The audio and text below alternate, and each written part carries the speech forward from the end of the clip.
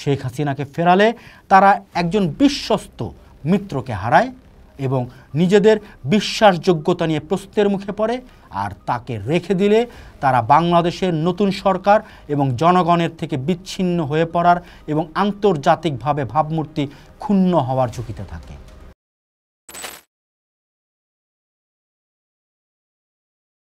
বাংলাদেশের আন্তর্জাতিক অপরাধ ট্রাইব্যুনালে সাবেক প্রধানমন্ত্রী শেখ হাসিনার মৃত্যুদণ্ডের রায় ঘোষণার পর নয়াদিল্লির জন্য এক জটিল কূটনৈতিক অধ্যায়ের সূচনা হয়েছে।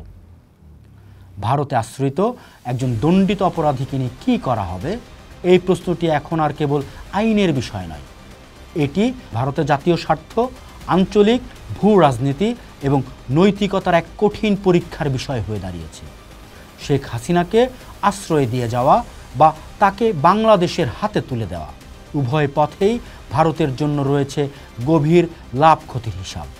কিন্তু সেই হিসাবের পাল্লা কোন দিকে ঝুঁকছে তা বুঝতে হলে আমাদের তাকাতে হবে ভারতের দীর্ঘমেয়াদী কৌশলগত স্বার্থের দিকে। শেখ হাসিনাকে আশ্রয় দিয়ে যাওয়ার পেছনে ভারতের সবচেয়ে বড় যুক্তিটি হলো কৌশলগত ধারাবাহিকতা এবং মিত্রের প্রতি দায়বদ্ধতা। শেখ হাসিনা কেবল একজন সাবেক প্রধানমন্ত্রী নন, তিনি ছিলেন ১.৫ দশক ধরে ভারতের সবচেয়ে নির্ভরযোগ্য এবং বিশ্বস্ত আঞ্চলিক মিত্র।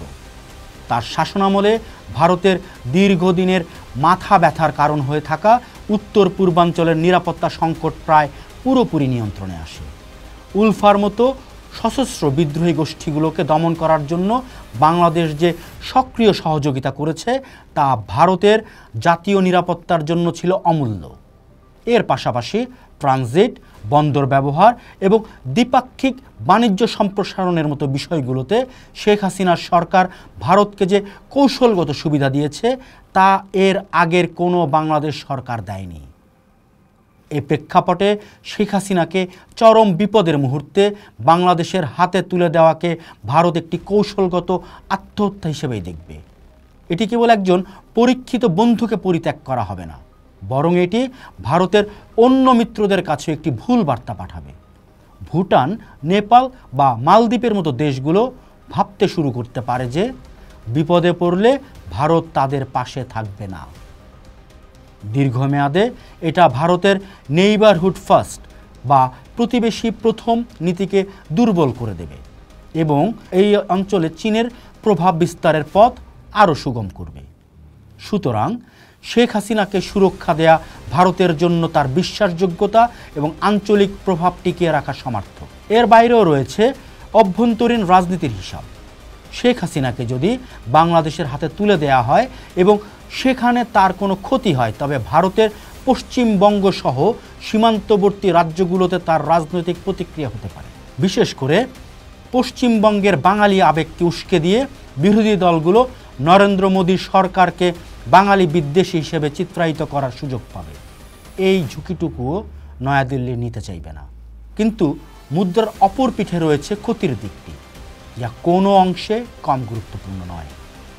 প্রথমত, একজন দণ্ডিত অপরাধীকে আশ্রয় দেয়া ভারতের আন্তর্জাতিক ভাবমূর্তিকে মারাত্মকভাবে ক্ষতিগ্রস্ত করছে। ভারত নিজেকে বিশ্বের বৃহত্তম গণতন্ত্র এবং আইনের শাসনের অনুসারী হিসেবে দাবি করে, কিন্তু একটি বন্ধুপ্রতিম প্রতিবেশী দেশের আদালতে মানবতা বিরোধী অপরাধের দায়ে দণ্ডিত একজন ব্যক্তিকে আশ্রয় দেয়া সেই দাবির সাথে সরাসরি সাংঘর্ষিক। যুক্তরাষ্ট্র এবং পশ্চিমা দেশগুলো যারা বাংলাদেশের নতুন সরকারকে সমর্থন করছে এবং আইনের শাসন প্রতিষ্ঠার কথা বলছে, তারা এই বিষয়ে ভারতের উপর ক্রমাগত চাপ বাড়াবে। এটি কোয়াড বা অন্যান্য আন্তর্জাতিক ফোরামের ভারতের অবস্থানকে দুর্বল করে দিতে পারে। দ্বিতীয় এবং সবচেয়ে বড় ক্ষতিটি হলো বাংলাদেশের সঙ্গে সম্পর্কের অবনতি। বাংলাদেশে ক্ষমতার পালাবদলের পর যে নতুন সরকার এসেছে তাদের সঙ্গে একটি কার্যকর ও বন্ধুত্বপূর্ণ সম্পর্ক গড়ে তোলা ভারতের জন্য অপরিহার্য। কিন্তু শেখ হাসিনাকে আশ্রয় দিয়ে যাওয়া সেই সম্পর্কের পথে একটি স্থায়ী কাঁটা হয়ে থাকবে। বাংলাদেশের জনগণ এবং নতুন সরকারের চোখে ভারত একজন স্বৈর শাসককে সুরক্ষা দিচ্ছে, যা তাদের সার্বভৌমত্ব এবং বিচার ব্যবস্থার প্রতি এক ধরনের অসম্মান। এই অসন্তোষ দীর্ঘমেয়াদে ভারত বিদ্বেষী মনোভাবকে উস্কে দিতে পারে এবং বাংলাদেশকে চীনের কৌশলগত বলয়ের দিকে আরও ঠেলে দিতে পারে। ভারত যদি তার পূর্বাঞ্চলের নিরাপত্তার জন্য বাংলাদেশের সহযোগিতা চায়, তবে একটি বৈরী সরকারকে পাশে নিয়ে তা অর্জন করা প্রায় অসম্ভব হবে। তৃতীয়ত, প্রত্যর্পণ চুক্তি অনুযায়ী শেখ হাসিনাকে ফেরত না পাঠানোর জন্য ভারতকে যে আইনি মারপ্যাচের আশ্রয় নিতে হবে, তা দুই দেশের মধ্যকার পারস্পরিক বিশ্বাস এবং আইনি কাঠামোর প্রতি অশ্রদ্ধা হিসেবেই বিবেচিত হবে। এটি ভবিষ্যতে অন্য অপরাধীদের প্রত্যর্পণের ক্ষেত্রে একটি নেতিবাচক নজির তৈরি করবে। সুতরাং ভারতের সামনে উভয় সংকট। শেখ হাসিনাকে ফেরালে তারা একজন বিশ্বস্ত মিত্রকে হারায় এবং নিজেদের বিশ্বাসযোগ্যতা নিয়ে প্রশ্নের মুখে পড়ে, আর তাকে রেখে দিলে তারা বাংলাদেশের নতুন সরকার এবং জনগণের থেকে বিচ্ছিন্ন হয়ে পড়ার এবং আন্তর্জাতিকভাবে ভাবমূর্তি ক্ষুণ্ণ হওয়ার ঝুঁকিতে থাকে।